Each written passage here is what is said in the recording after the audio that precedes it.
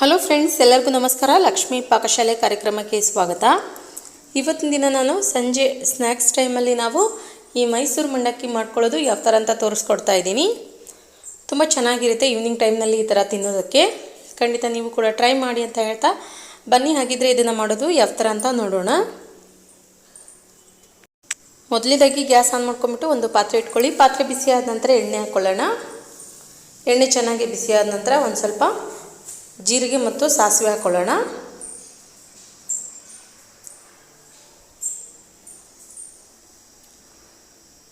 ನಂತರ ಸ್ವಲ್ಪ ಕರಿಬೇವಿನ ಸೊಪ್ಪು ಹಾಕ್ಕೊಳ್ಳಿ. ಅದಾದ ನಂತರ ಬೆಳ್ಳುಳ್ಳಿ ಹಾಕ್ತಾ ಇದ್ದೀನಿ. ಇಲ್ಲಿ ನಾನು ಒಂದು ಗಡ್ಡೆಯಷ್ಟು ಬೆಳ್ಳುಳ್ಳಿನ ಚೆನ್ನಾಗಿ ಸ್ವಲ್ಪ ಕುಟ್ಟಿ ಹಾಕ್ಕೊಳ್ಳಿ. ಸಿಪ್ಪೆ ಹಾಗೆ ಇರಲಿ, ಸ್ವಲ್ಪ ಜಜ್ಜಬೇಕು ಅದನ್ನು.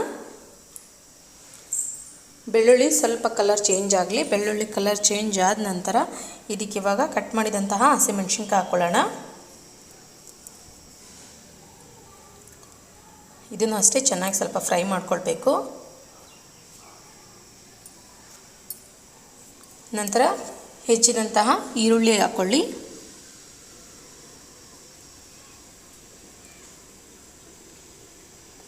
ಈರುಳ್ಳಿನ ಚೆನ್ನಾಗಿ ಫ್ರೈ ಮಾಡ್ಕೊಳ್ಬೇಕು.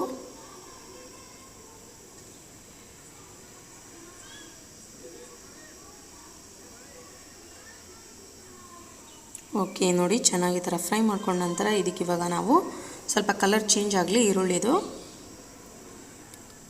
ನಂತರ ಟೊಮೊಟೊ ಸೇರಿಸ್ಕೊಳ್ಳೋಣ.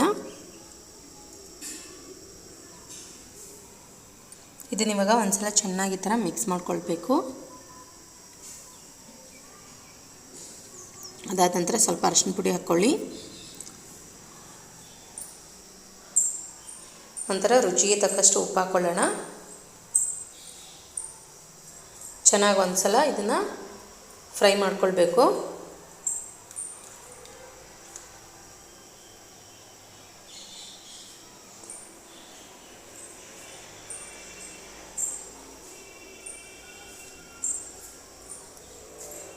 ಓಕೆ ಫ್ರೆಂಡ್ಸ್, ಇವಾಗ ಇದಕ್ಕೆ ಒಂದು ಸ್ವಲ್ಪ ಹುಣಸೆ ಹಣ್ಣಿನ ರಸ ಹಾಕ್ತಾ ಇದ್ದೀನಿ ಇಲ್ಲಿ ನಾನು.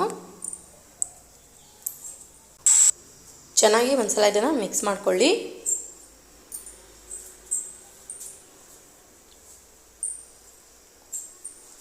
ಓಕೆ, ನೋಡಿ ಈ ಥರ ಮಿಕ್ಸ್ ಮಾಡ್ಕೊಂಡ ನಂತರ ಇಲ್ಲಿ ಹುಳಿ ಕರೆಕ್ಟಾಗಿ ರೆಡಿಯಾಗಿದೆ.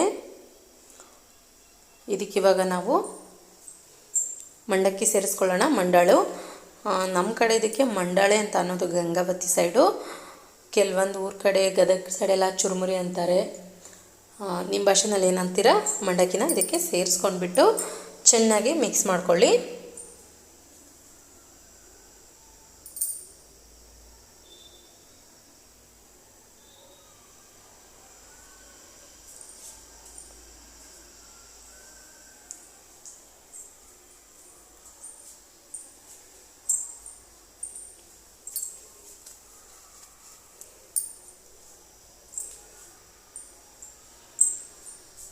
ನಂತರ ಇದಕ್ಕೆ ಇವಾಗ ಒಂದೆರಡು ಚಮಚದಷ್ಟು ಹುರ್ಗಡ್ಲೆ ಪುಡಿ ಹಾಕ್ಕೊಳ್ಳಿ.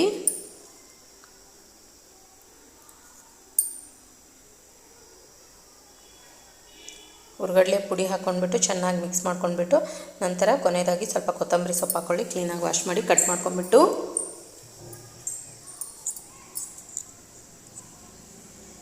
ಓಕೆ, ನೋಡಿ ಫ್ರೆಂಡ್ಸ್, ಇವಾಗ ತುಂಬ ಟೇಸ್ಟಿಯಾಗಿ ಇಲ್ಲಿ ಮೈಸೂರು ಮಂಡಕ್ಕಿ ರೆಡಿಯಾಗಿದೆ. ಇದ್ರ ಜೊತೆಯಲ್ಲಿ ನಿಮಗೆ ಬೇಕಂದರೆ ಮಿರ್ಚಿ ಕೂಡ ಮಾಡ್ಕೊಳ್ಬೋದು ನೀವು, ಇಲ್ಲ ಅಲಸಂದೆ ವಡೆ ಕೂಡ ಮಾಡ್ಬೋದು. ತುಂಬ ಚೆನ್ನಾಗಿರುತ್ತೆ ತಿನ್ನೋದಕ್ಕೆ.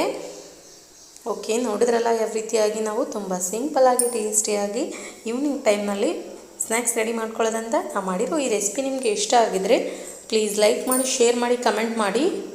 ಇನ್ನಷ್ಟು ಈಸಿ ರೆಸಿಪೀಸ್ಗಾಗಿ ನಮ್ಮ ಲಕ್ಷ್ಮೀ ಪಾಕಶಾಲೆ ಚಾನಲ್ಗೆ ಸಬ್ಸ್ಕ್ರೈಬ್ ಆಗೋದು ಮಾತ್ರ ಮರಿಬಾರ್ದು.